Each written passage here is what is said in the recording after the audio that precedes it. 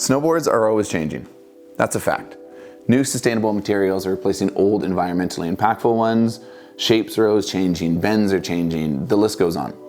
The ride though, the physical feeling of going snowboarding, I don't think it's changed all that often.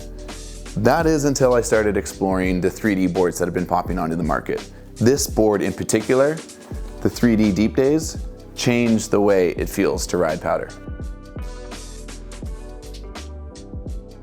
Most notably, right off the bat, 5 channels in the back. That is where your 3D is gonna make the most change and feel the most when you're snowboarding. But let's go through some specs real quick before we get ahead of myself. Directional flat top, flat, early rise up here, rocker. It is a powder specific board similar to a fish. There's 20 mils of taper in this. Our sizes are 149, 154, and a 159. The 159 has 260 millimeter waist width. The 154 has a 255 millimeter waist width. So it is kind of a mid-wide regular snowboard, but great width for riding powder. It's gonna deliver a ton of float there.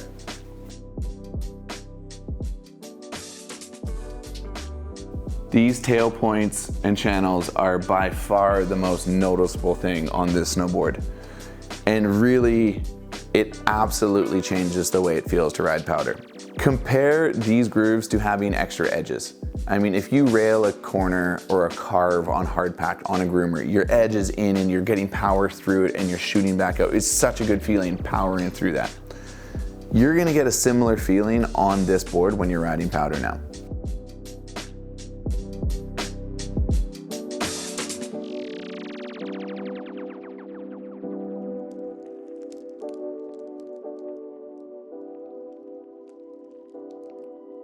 This, again, I'm gonna say this, it should be recommended for an intermediate to an advanced rider to really take advantage of these channels, because as soon as you start getting into those slashes in powder, this is like having extra edges back here. These are gonna dig in, they're gonna hold you locked into those corners. So when you are coming through a heel or coming through a toe, this is digging in and it's holding you through your line. It's not allowing that tail to kick out into a power slide, which is then driving that tail down, getting a ton of spray.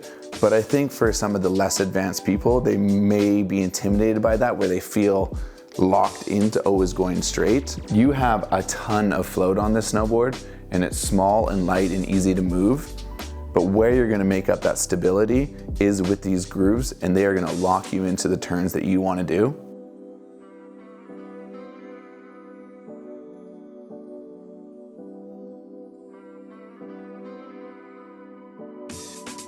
Light snow is definitely gonna be the best. These grooves are gonna feel a lot more noticeable the wetter and heavier your snow gets.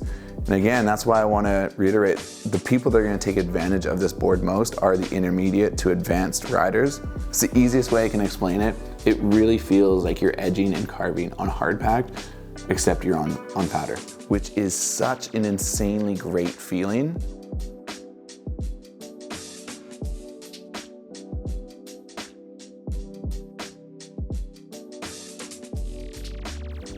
This board 100% will be in my quiver for the rest of my life. When I first got on it and started riding it, I fell in love with it. I obviously can't film video parts on this, but I brought it out everywhere we went. So I would have my snowboard that I would do tricks on and film. And then if we went to do some fun runs and just some chill out runs with the group, I would put this on because I had so much fun. Again, it is such a unique feeling, and I really recommend it. If you have the opportunity to try it, you're in a place where you get to ride powder, this is a great quiver addition.